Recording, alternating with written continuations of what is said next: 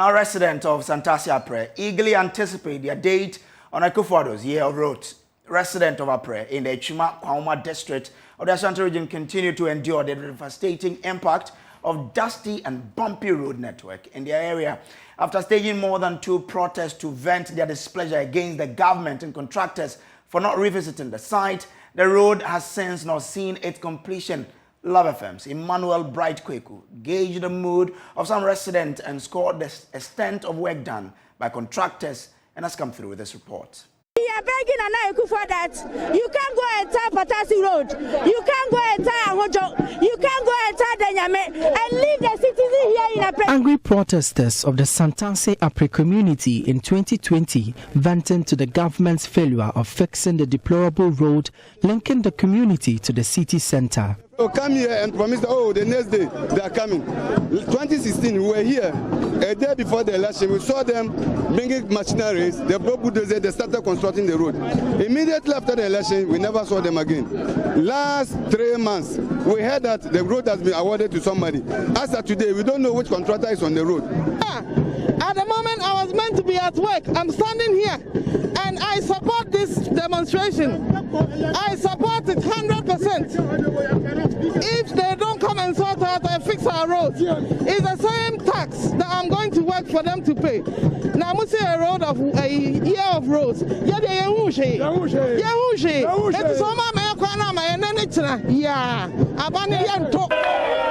This was the first of the many protests they have staged, with one of such resulting in a near clash with the police.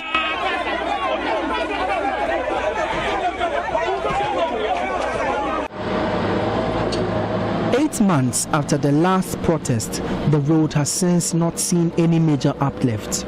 Vehicles plying the stretch still pollute the environment with fine dust.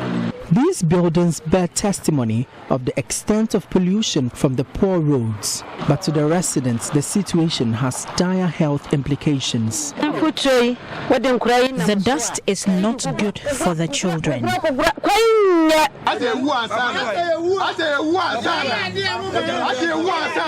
This footage, recorded in December 2021, reveals some residents rescuing victims of a vehicle which had veered off the road and somersaulted into a nearby gully. This bridge you see over here, sometime last year, had a huge gully by it.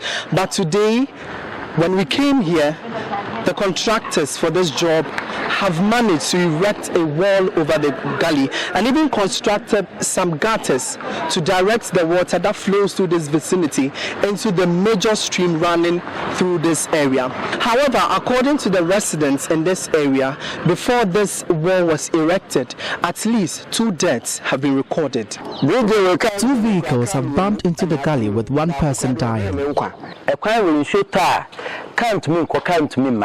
When it rains, the road is not motorable. One time, a pregnant woman died because of this road.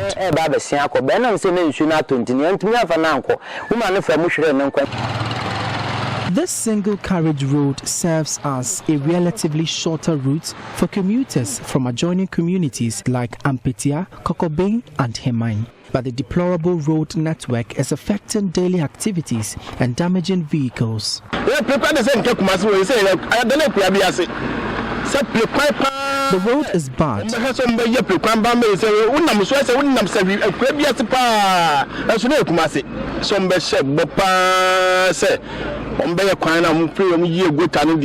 From the time they did the gutters, our cars continue to damage.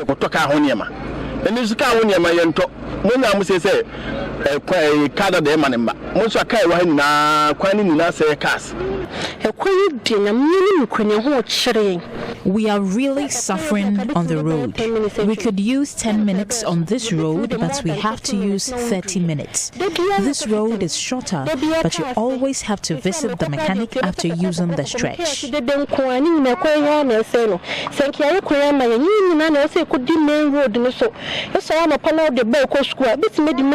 More than 2 hours. Baba fetch her 80, but we are also to can yeding.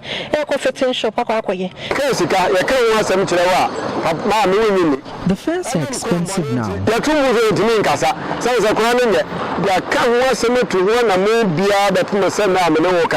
We've called on the authorities severally, but nothing was done. It was after the protest that they even constructed the gutters.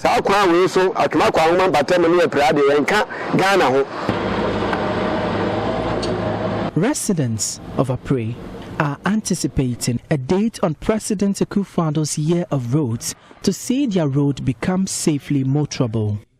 For JoyNews, Emmanuel Bright-Kweku reporting.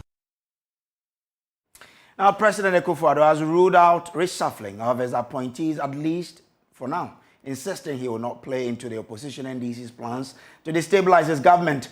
The subject of reshuffle has been high on the political front burner, with some calling on the president to inject some energy and dynamism into his administration. According to a section of Ghanaians, some of the ministers have failed to live up to expectation, while others have simply failed to make an impact and should be shown the exit. Calls for reshuffling and sacking of ministers is intensifying, and Ghanaians have been sharing their opinion on the exact ministers that must be removed. For them, the comments of the president does not exactly reflect the situation on the ground. I do believe him in some ways, but not that completely. It's not be perfectly complete that all the ministers are performing at their best. He needs to do something about the education ministry. And talk of that of the other minister, I think Minister for Energy. That's, what do you call it? Napo. Needs to do something about that. Right now I'm coming from Medina. The entire Medina Zongo, it is off since 6 a.m. up to now. It is still off, lights out. Finance Minister, you took us to IMF. Right after that, we also heard in the parliament that you are bringing the toll booths into our new roads. So it means you are doing cost 90 work. Press cost 90 on the calculator, you are going to get 0. And if a minister of state is acting this way, he has to be sacked completely. You understand? Oh, if the government says so, if the president says so, then it's a very big lie. Because you can see that everything is turned upside down in the country. Why do you say that? My friend, if you go out there, or if you come where we are, you will see everything by yourself. People are suffering seriously. Actually, they have to look for better people that can manage the country well, or they can do the job. It is not only that when the people are well educated, certificate can never do anything for us. If the president can't do that, then we shall wait for the election day.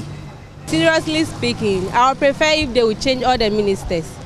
I've traveled outside Ghana before and I've realized that our ministers, even our government, is not helping us. But the minister, I would say all of them, because I've not seen any improvement. I've not seen any change in our this country. So I would prefer we change everything. Look at our ministers. They are too much. Look at great ministers. We have some ministers, even they are paying them, they don't even work. It's about time for do reshuffle and limit the ministers. The citizens, we are weeping. I'm saying a Greek minister is the first person you have to change. I don't want to mention him because of the job I do. I totally disagree with the president, Nana Addo Dankwa Akufo-Addo, His Excellency. In the first place, I would like you to make changes, especially with the finance minister. It should be the first point of contact that should change him. He's just making the whole economy come down. And then in the second place, a Greek minister. If you look at the amount of money passing through this agri sector concerning fertilizers being sold to farmers in Ghana here, in fact, if you know the amount, is very appalling. Which farmers are suffering, they are not able to buy these fertilizers, and day in, day out too, petrol prices is just increasing. The president should make changes in his government, especially the finance minister and the agri minister. It should be kicked off. The finance minister, Ken Ofori-Atta, and the agri minister, Owusu Efriye Akoto, are two of those that Ghanaians are calling for to be removed from office. For JoyNews, Michael Ashale.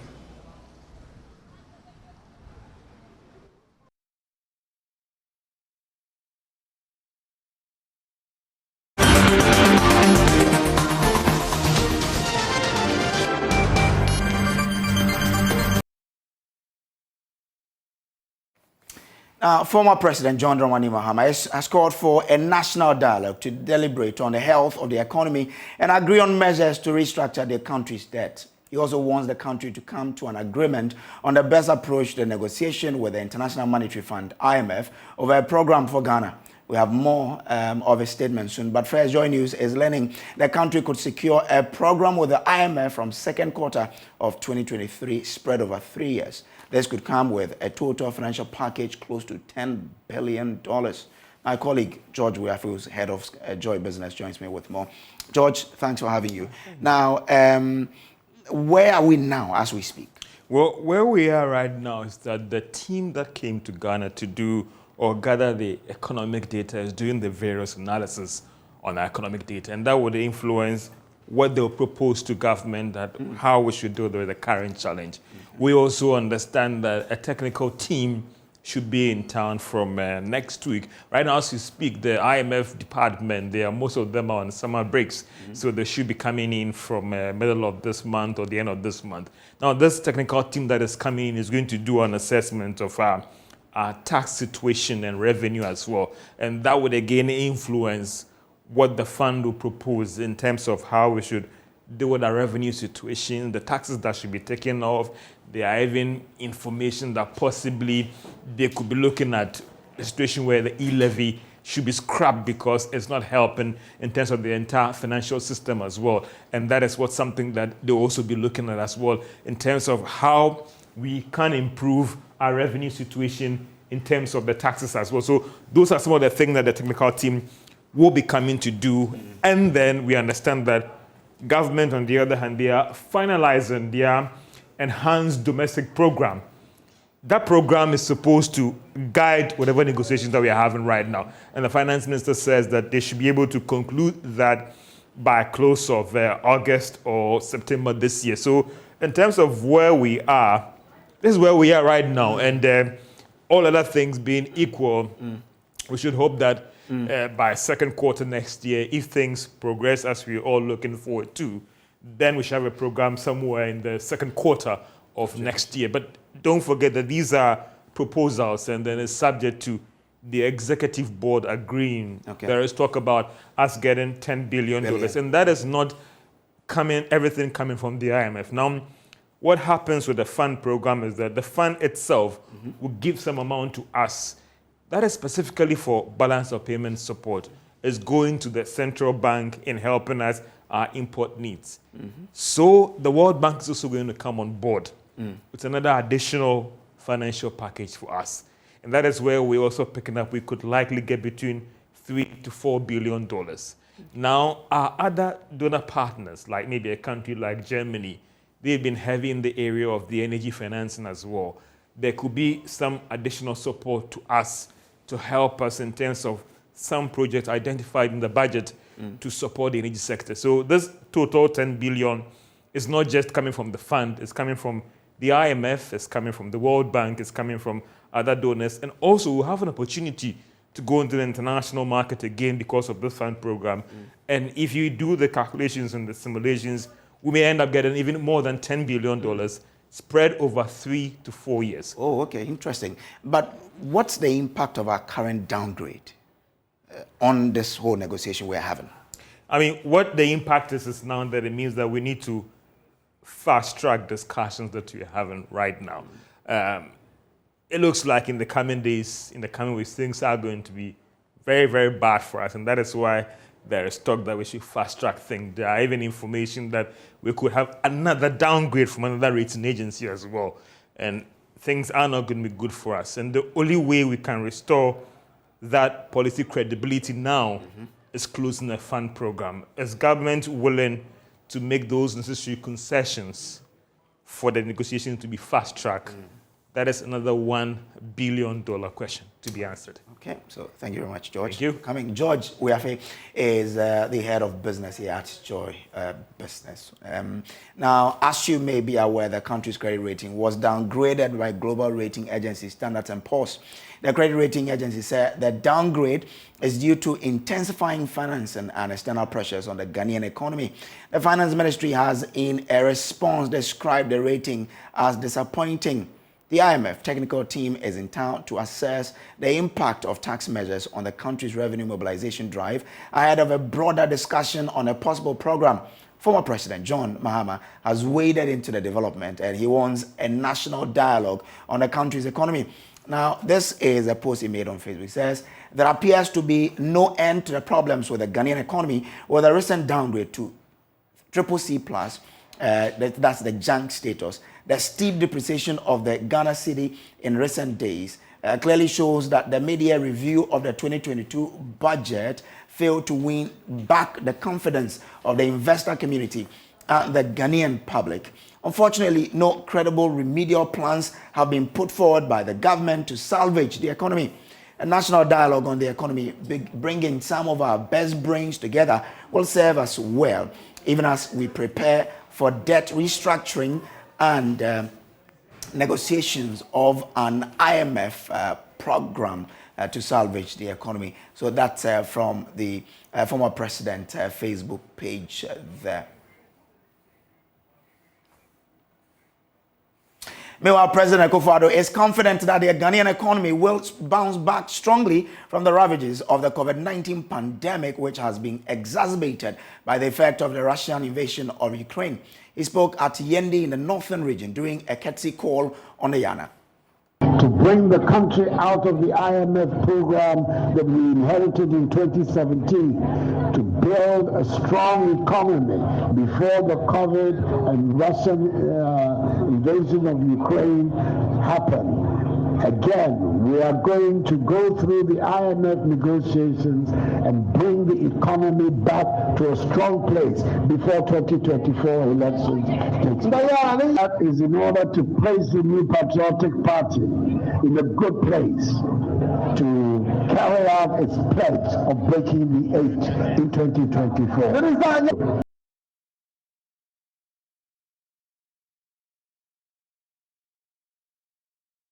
That's the precedent on the economy. Let's now move to the living standard series, where university students have begun rationing lecture attendance as a measure of cutting down cost of transportation. For many of them who do not reside on campus, this is the only buffer against the frequent hikes in transport fares.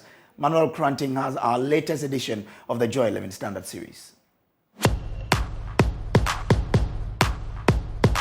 Instead of attending classes from Monday to Friday, I now have to choose 3 of the days that I have a lot of packed classes and then show up in school. Yes, we are driving empty in the campus because not all of the students have money to be taking taxi. Me moving from home to my workplace, I realized that the transportation at the end of the month was more than the salary I was receiving, so I had to quit the job.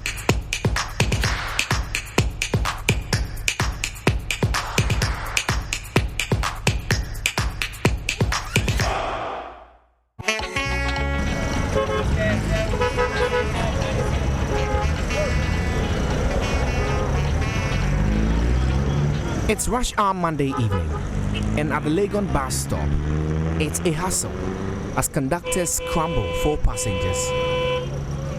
Behind these faces that take turns to join the vehicles are real struggles by students to even get to school in the first place. When I started Legon in level 100, I used to pay 2 cedis 70 pesos for transportation. That was if I had a straight car from where I lived to Legon first.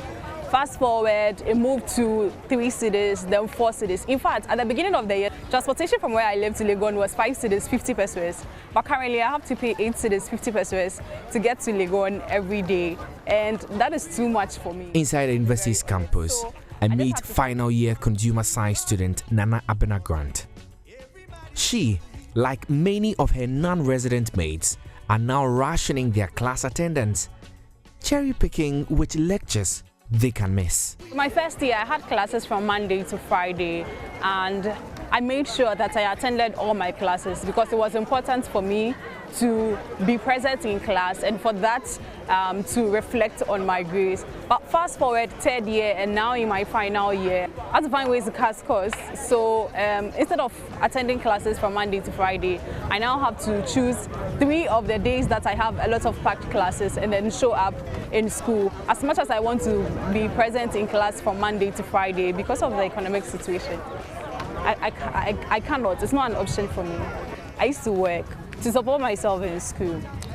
And then this year, the prices of transportation just kept increasing because of course, the hike in fuel prices.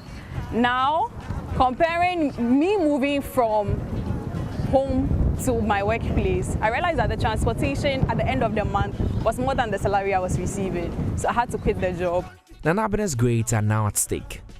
Her lecturers are on her neck for what she has close to no control over. Recently, for instance, I was reprimanded by a lecturer for not showing up to her class for a number of days. And so she was complaining, and I had to explain the situation to her. But of course, you know, sometimes those explanations, they expect you to be in class, so you have to be in class. You can't make excuses because you are facing financial challenges with regards to transportation. When you're in your first year, you are eager to show your parents your grades. So once you check your MIS web and then you make the grades, the A's and the B's are flowing, you're in a hurry, you're in a haste to show it to your parents. Oh, look at this, look at that. But now if they ask you, like, oh, the lecturers have not released the results yet. That's what the song they are singing now. The grades have moved from A, B to a C now. And you know that you can do better, given the conducive environment and the circumstances, you can do better. But because you have to, find your way around issues, have to work and do this and that here and there. So the grades are not the best. Now what can you do? For many students in Nana Abena's situation, their woes are compounded by the university's perennial accommodation challenge, especially because prices of off-campus accommodation spaces are way over the roof now. What's the solution? Patching. I couldn't get accommodation when the portal was opened, and I reached out to some of my friends to find out if they could help me out. And unfortunately, one of my SHS juniors was able to get accommodation in one of the halls. So he asked that I can come around and then stay with him. So he's the one I'm currently staying with. Kwame Adamu, not his real name, is in his third year at the university.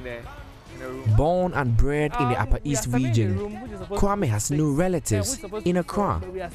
Kwame tells me how embarrassing it is to go through the university living literally under the care of friends. Right to do certain things in the room. You can't say certain things are going on and you can't contribute because you are not a legal member in the room, so you don't have that freedom to express yourself or to even do certain things that you want to do openly. You can't do it. So certain things, an issue occurs in the room, they try to look on you because you are the fetchers.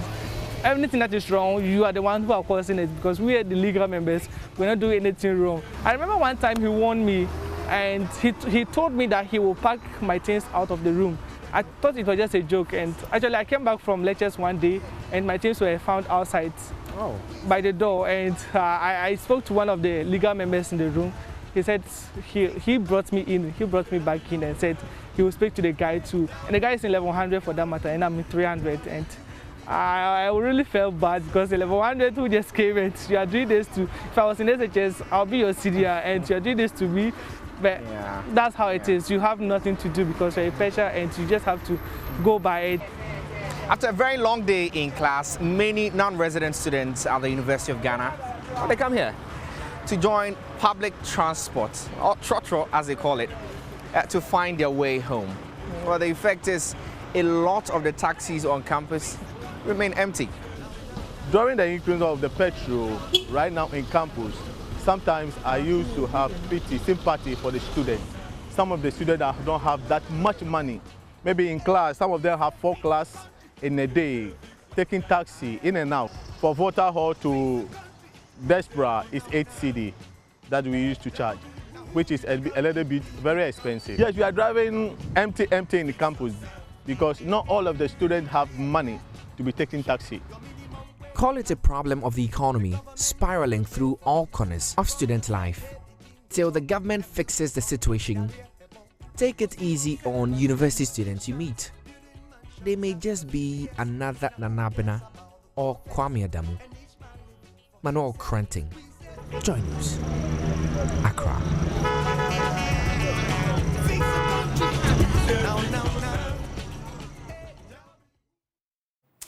Interesting there. Now, the Efwa Sutherland Children's Park used to be a place where children play and socialize, but not anymore. The park has been left to rot for years. Children who visit the park hoping to have a good time leave disappointed. I spent some time at the park, and this is what I came through with. The Efwa Sutherland Children's Park has seen some continuous neglect for some time, leaving the facilities at the park broken down and virtually non-existent. The park has not received any meaningful renovation lately, despite the social benefit of the park to Ghanaian children. Children who are brought here these days get disappointed about the state of the facility. Some even improvise when there is nothing here to play with. On Founders Day, I met Nana Osei Kojo Ajiman, a basic 5 people and his siblings here with their mother. Having nothing to play with, they had to improvise.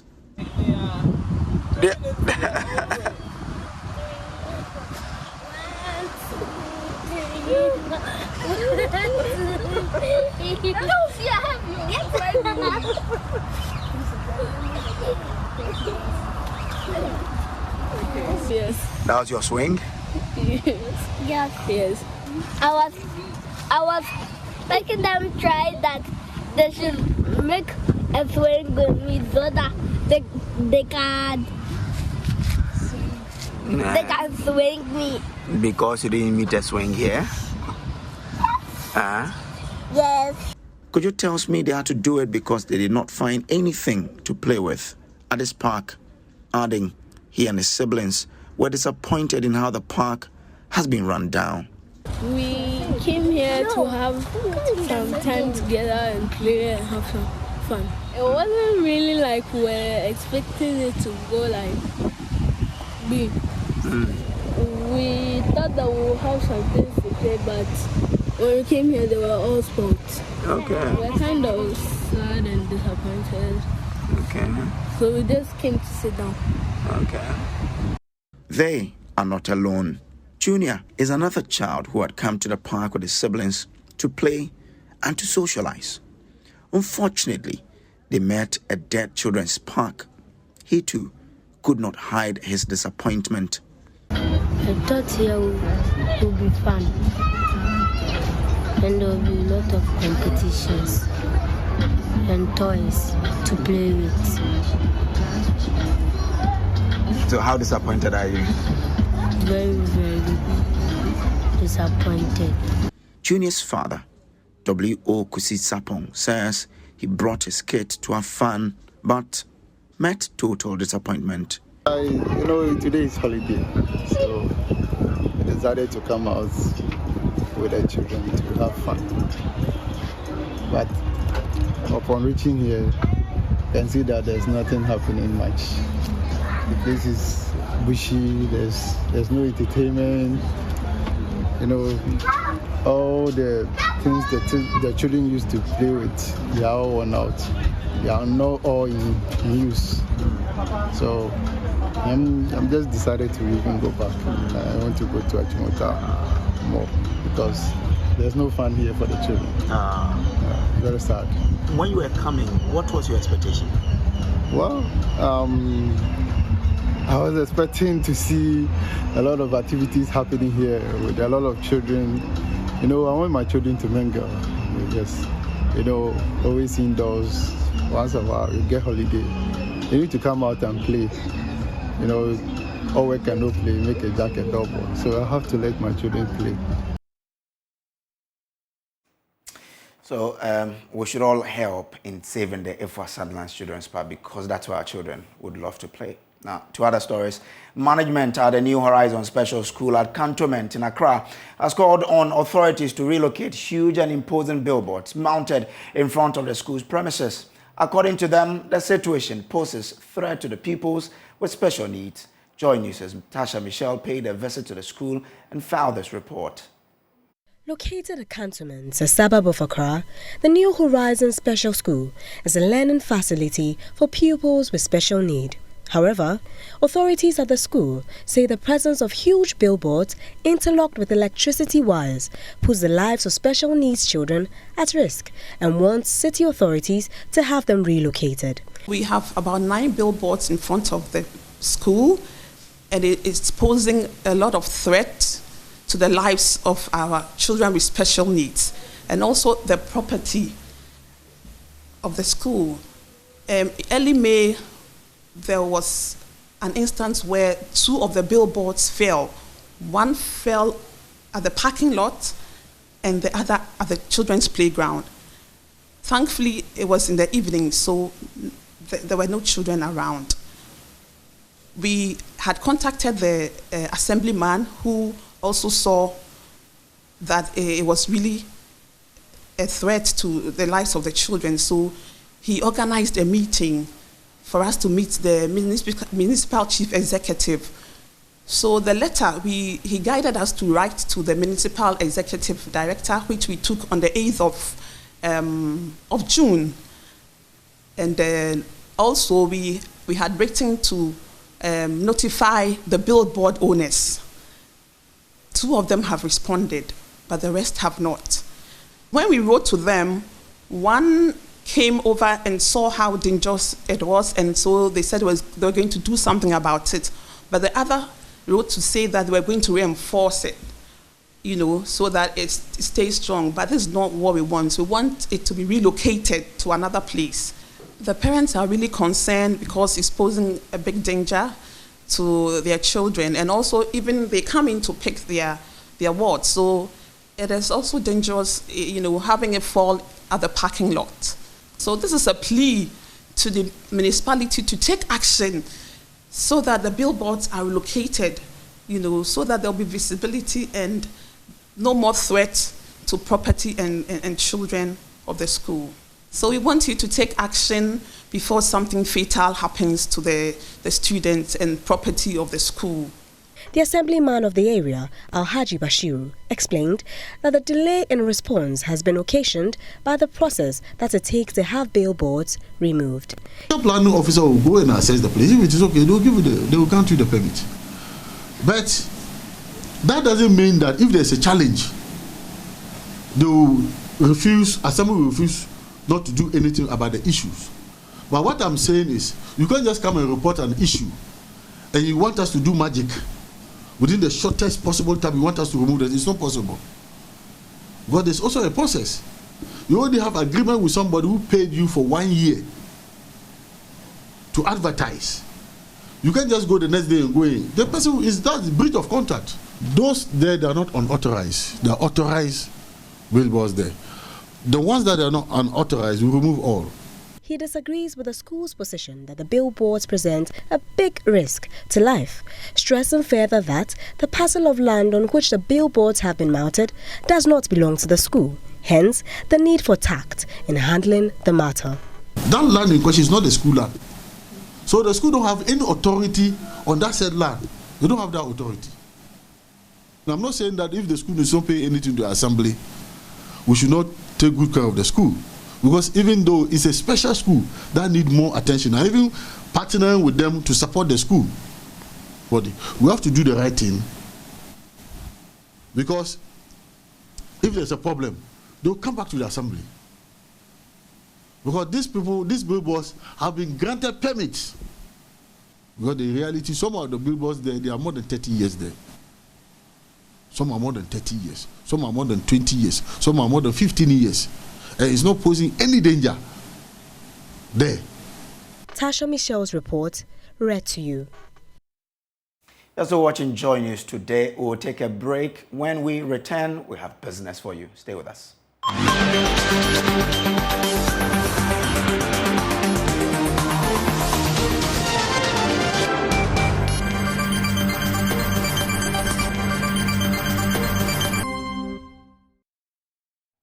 Hello, good afternoon. It's time to do business with me, Beverly Broom. The Driver and Vehicle Licensing Authority, DVLA, says it will continue to invest in robust infrastructure to ensure that its database is secured for the future. According to the head of public affairs, Francis Tufo, the agency is embarking on more reforms to safeguard the country's data. He was speaking to Joy Business after the Chief Executive, Kwesi Agyeman-Boasia, received an award as one of the most 100 influential business leadership personalities in Ghana. Here's more. The various reforms at the Driver Vehicle Licensing Authority is geared towards having efficient service delivery to the satisfaction of the general public. According to the authority, it has been able to secure robust infrastructure which will support in introducing more reforms and ensuring smooth modernization of operations. Head of Public Affairs at the DVLA, Francis Tufo, was speaking to Joy Business after the CEO of DVLA received the award as one of the most influential business leadership personalities in the public sector at the National Governance and Business Leadership. And we are working together with Bernard. Is our data safe? Our data that is it safe? Very safe. Very safe. Very, very safe with DVLA. Trust me. Are you investing in infrastructure that will ensure that these data are safe? Yes, if you look at our system, there are areas that I can't mention here where it's a no-go area. You know, we are sitting on the national database, you know, where even information about individuals cannot be given out to someone else. Now that's the position. I mean, taking cognizance of the data protection law. I cannot give you your data, or I cannot give your data to someone else. Neither can I even give you the third person's data to you. You know, so we are guided by these principles, and that's exactly where we are moving DVLA to. Speaking on governance and leadership in the country, advisor at the Volta River Authority, Dr. Stella Ejenim-Boatin, advised heads of institutions to use scientific data to innovate in fighting global challenges like the COVID-19. Here are 5 critical things that leaders needed to do to get ahead of the COVID-19 pandemic, which all leaders can learn from in a very critical crisis situation. Number 1, use the scientific evidence and data regularly to innovate, adopt tools and approaches to contain disease, reduce severity of illnesses, and prevent deaths. Thus, scientific data and the swiftness of gathering information to understand the situation is inevitably necessary to deal with an unusual situation as a leader. Investing in science and technology in normal times is required for a leader to be prepared to effectively make the swift but effective decision in unusual times. Other award winners included the Food and Drugs Authority, Cybercrime Bureau, and Track Services provider JA Plant Pool, among others. The Ministry of Communication and Digitalization is in the process of seeking donor support to enable its establish an educational technology unit that will focus on the construction of ICT centers and digital infrastructure in various schools. The move is to ensure the provision of adequate infrastructure to support the government's digitalization agenda. Sector Minister Eslo Uswekufo made the disclosure after commissioning a community ICT center at Aguna Abodom in the Central Region with support from the Ghana Investment Fund for Electronic Communication, GIFIC. Here's a report. The establishment of community information technology centers forms part of the mandate of the Ghana Investment Fund for Electronic Communication to provide digital infrastructure and stable network connectivity across the country. The center, established in Agona Abodom, will serve the community as well as all second cycle institutions in the area. Speaking after commissioning the new edifice, Minister of Communications and Digitalization Eslo Uswekufo disclosed that there are ongoing processes to secure funds for more of such facilities in the country. Provide ICT labs for 40-seater ICT labs for about 400 senior high schools in the country. We have more senior high schools, but that's a start.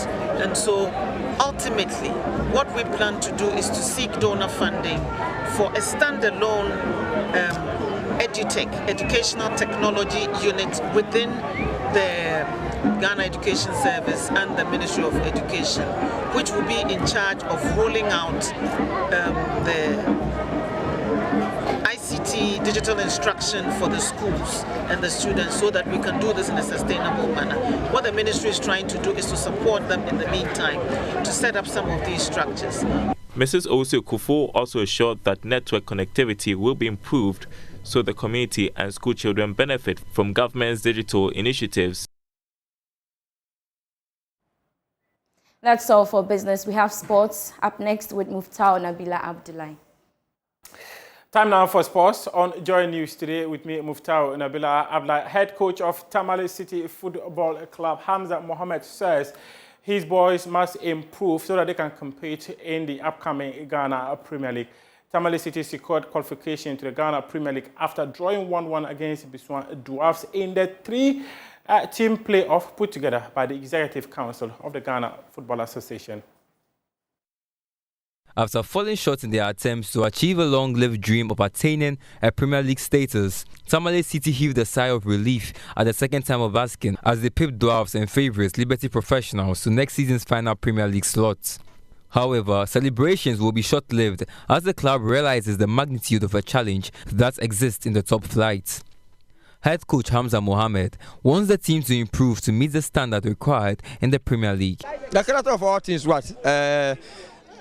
When you want to go to the Premiership, you shouldn't play like the Division 1. That's what we are talking about. So definitely have to improve upon what we are doing, ensure definitely. It's going to be difficult, but to expect us to maintain in the Premiership and then plan ahead in the subsequent the Premiership matches. For most newly promoted clubs and even the more established brands, finances to run on a daily and match-day basis has always been one of the biggest headaches. The GFA joint unveiling with BetPower, new headline sponsor of the league, will definitely reduce the plight of many a club. But besides the part of the $2 million Tamale City will receive, there's a belief there will be due other forms of income to stage a fruitful campaign. Definitely it's a problem, but we have people who have pledged that if we get to the Premiership, they will help. We know very well that Division 1 is not the same as Premiership, and we know definitely sponsorship to have come in. We'll use it and then make sure that we get some partners to help the team. The BetPower Premier League will kick off on the week of September 9, 2022. General Secretary of the Ghana Football Association, Prosper Harrison Addo, says corporate Ghana's attitude towards products of the football governing body is dependent on how members of the football community embrace the product. According to him, the GFA will secure more sponsorships if the image of the association is protected. That as a football industry, we must know that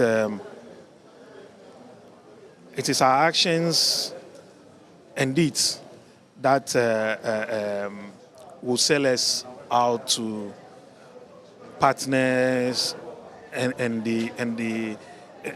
corporate Ghana. And so what our urge is that and the clubs go to seek sponsorship, so they know already that if we project ourselves negatively, then it makes life for all of us difficult. But if we project ourselves and live within the confines of the rules and regulations we have, I think we'll be okay. So if all the stakeholders in the game live up to the regulations, the provisions in the regulation, I think we will be going somewhere. Like I said, this is just a start. This is not the end. The other partners we are talking to come on board so that together we can develop and invest in the youth.